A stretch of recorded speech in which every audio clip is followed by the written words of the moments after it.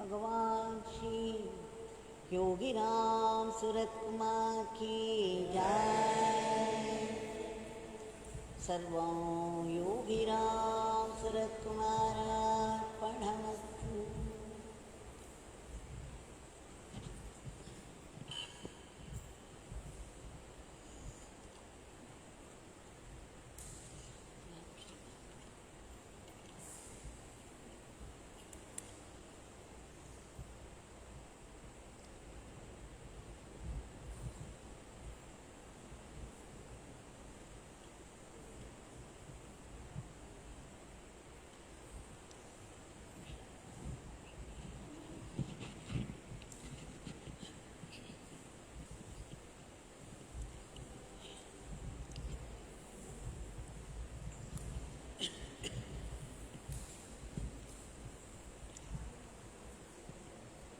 So with our grateful pranams and our ever inadequate devotion to Him, we have offered the Nama Pushpas at the lotus feet of Bhagwan.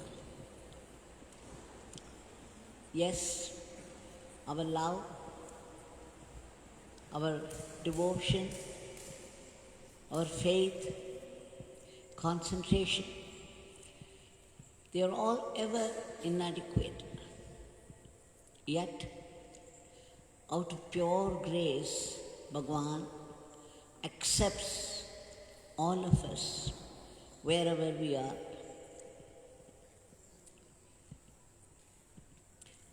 And keeps looking after us.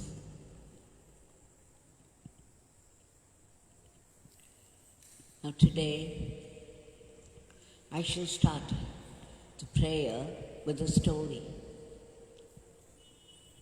The story says, a boy goes to his mother. The mother teaches him many morals. And one day she tells him, what is most important in life? To keep the mind ever joyful. Never get depressed.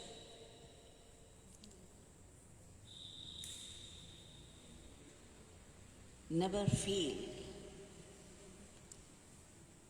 any inadequacy. Always feel cheerful. Keep the mind cheerful all through life, no matter what. This is the goal of life. This is what the mother said. This must be your aim of life. Now, the boy who has learned so much from his mother has learned this as well, and he goes to the school. And that day, the teacher asks every student what he would like to be, what he would prefer to be in future. Everyone says doctor, engineer, scientist, this and that. When it became when it became the turn of this boy, he said, my only aim in life is to be happy always, no matter what. This is what I will become. It takes a training of the mind to be joyful, to be cheerful all the time, no matter what. So he says, the boy says, this is what I've learned. My mother told me that this is what should be the aim of life, to keep the mind cheerful always. Now, the teacher is vexed. She says, what is it? I have asked you a question, everyone else understands and answers accordingly. What happened to you? No, ma'am. Truly, this is what my mother taught me, and this is the aim of my life, to keep my mind cheerful, to keep my heart cheerful, no matter what happens. And then he added, ma'am, it's not that I did not understand the question. Perhaps you don't understand what life is all about. Now see, the mother taught him to be happy is to make others happy, to find one's happiness in the happiness of others.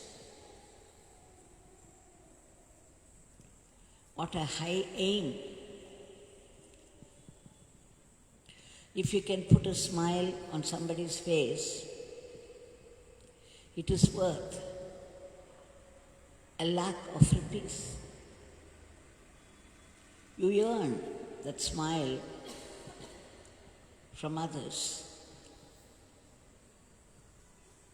But then one has to do a little tapas for that, to harmonize everything, to live in harmony with people around,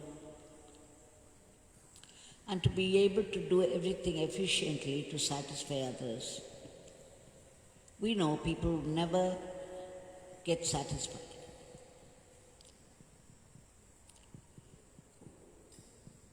But just think of what our Bhagwan said. If you want to be happy, you have to make God happy. And to make God happy is to chant His name. How simple it is. To make others happy, to find your happiness in the happiness of others, very difficult. But to be able to chant His name, how easy it sounds, how simple Bhagwan has made it. Bhagwan always said this point, that when you water the root of a tree, it goes to every branch, every leaf, every fruit. When you make God happy, the whole world becomes happy with you. But when you try to make others happy, it is simply not possible. At some time or the other we fail. But the meaning is very clear. We have to live unselfishly. This is what it amounts to. Keep on helping others in need as much as you can. This is what Bhagwan also said. He said, God is the goal of life. Remembering God is living in God. Remembering the name is remembering God, and remembering God is living in God. So remember the name. Remember the name all the time. If not, as much as you can. And the second thing that he taught, that we have to become instruments in the hands of God or the Guru. Meaning, there are two ways to put it. One is, we cannot help identifying ourselves with the body. I am so and so. I'm a woman, I'm a man. As long as this ego exists, okay, we do everything, whatever we think, whatever we speak, whatever we do, we are doing it. But then, at the end of the work, offer it to God, offer it to Gurudev. One step higher than this is to be a puppet, an instrument, a machine in the hands of God, and to assume that the very breathing of mine takes place because of His presence inside me. He has put life in me. He has created my body. He has put life in me. And therefore, it is He who is activating this machine, and this machine works. So in truth, it is He who is the doer, and I do nothing, because there is no I. I am an instrument in His hands. It is He who is the operator. So this is what Bhagwan taught us. And the third point that Bhagwan made was, help people as much as you can in the circumstances without any expectations from them. Every time you render a helping hand to somebody, know that you've gone one step ahead spiritually.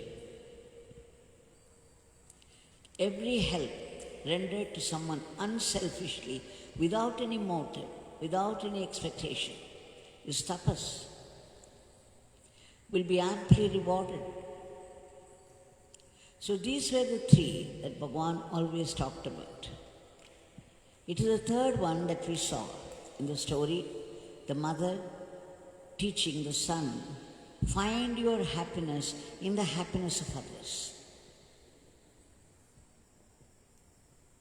But then, if you consider others separate from God, separate from you, then at one point or the other, they may cause some grief or fear or anger to you, and that would end up the whole thing. So Bhagwan said, when you do service to people to make them happy, you do it in the spirit of service to God or service to the Guru. So what the mother taught that boy is not complete until you add God to it. That we should help people, we should find happiness in the happiness of others. With the bhava, there are no others. When somebody went and asked Raman Maharishi, I'm doing service to the society, I'm doing service to others. All that Raman Maharishi said was, there are no others. What did it mean? Do not think that you are doing service to others. You are doing service to yourself. There are no others, which means there is only you everywhere and everyone. So when you help others, you are helping yourself. Bhagwan said, Father alone exists. There is nothing else, no one else. So everyone is Father. It is Father who has become all the forms and names. So when you help someone, he is another form of Father. Just as you are one form of Father, he is another form of Father. So in your helping, you have to remember that God or your Guru is making you help himself in the other form. I used to say this, if Yogi Ramsuratkumar is our Bhagwan and Guru, then it's always from Yogi Ramsuratkumar to Yogi Ramsuratkumar, by Yogi Ramsuratkumar, for Yogi Ramsuratkumar. Yogi Ramsuratkumar alone exists, there is nothing else, no one else. So any transaction between person and person, if it is based upon this, that my Guru is making me do it to himself in the other form, for his own reasons, and the whole thing is done by him, So it's from Yogi Ramsuratkumar to Yogi Ramsuratkumar, by Yogi Ramsuratkumar, for Yogi Ramsuratkumar. If we remember this, it is much easier to practice this bhava, that I am a puppet in his hand. He is the puppeteer. He is activating me into doing things. So he is truly the doer, not I. And who is he doing it to? Himself. There are no others. Now there is a story we come across in Mahabharata when Kauravas and Pandavas were still teenagers. Bhishma, when they had come to the palace, there would be a great feast and celebration of their welcome. And so what happened? Bhishma announced, on the one side the Pandavas, on the other side the Kauravas, 100 of them. He said, there is a feast now in front of you. You have varieties of food, all very tasty. They had lived in a forest with a guru all along, and now they have come back to the palace, and there is a feast. But there is one condition, he said. You cannot eat with your hands, but you have to eat somehow. So when this condition was announced, the Kauravas very hastily started to bend down and eat straight from the leaf with their mouths, like the animals do. They bent over food and began to eat straight away with their mouths. The Pandavas, the eldest of the Pandavas, the Dharmaputra, suddenly it flashed. Pitamaha says that we cannot eat with our own hands, but I can feed others with my hands. So he started to feed his brother, and the brother started to feed him. So you see, there was mutual feeding. So their hands were put to proper use by feeding others, and they could eat very comfortably, unlike the Kauravas. It is at once comfortable, happy, and meets the condition. Now what is the lesson behind it? Unselfishness. You make others happy. You feed others. By feeding others, immediately the other person starts to feed you. So by helping others, you get help. So doing good to others means doing good to yourself. There was another story. A farmer who was planting seeds of very high quality in his field.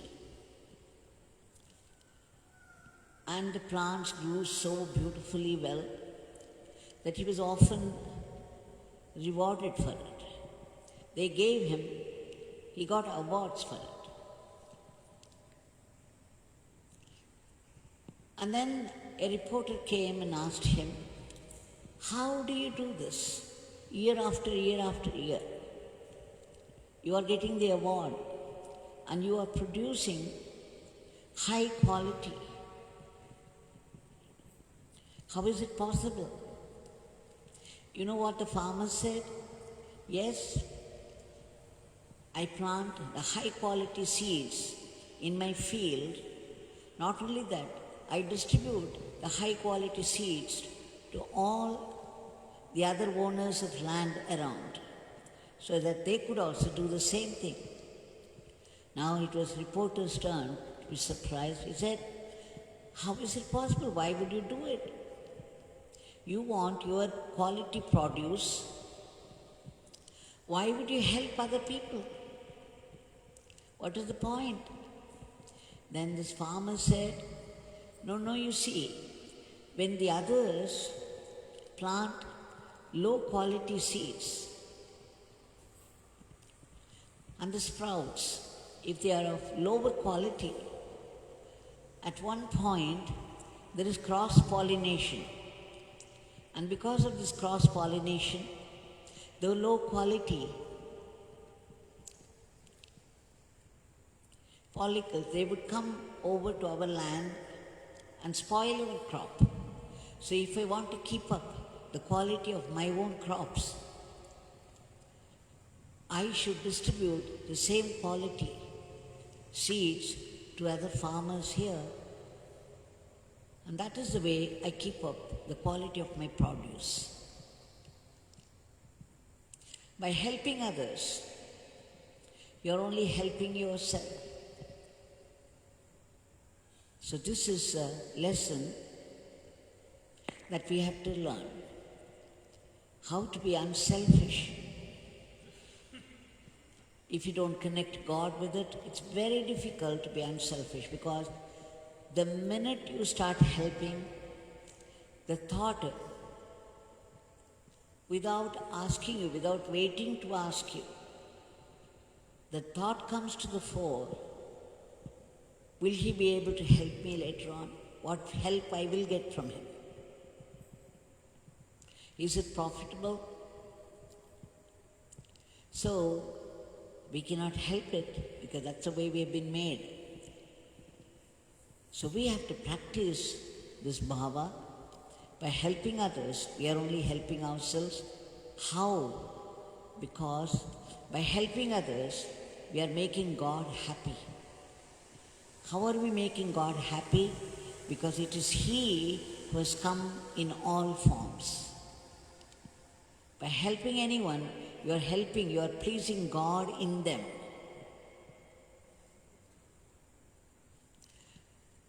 So, two things that Bhagwan prescribed for us. One is, if you want to be happy, you have to make God happy. To make God happy is to chant His name. And the other one, if you want to be happy, you make others happy. Yes, but remember, there are no others. They are all our Father, our Master, our Yogi Ramsuratkumar in those forms. So when you help anyone, please know that it is Yogi Ramsuratkumar in you. He is helping himself in the other. Jai Yogi Ramsuratkumar.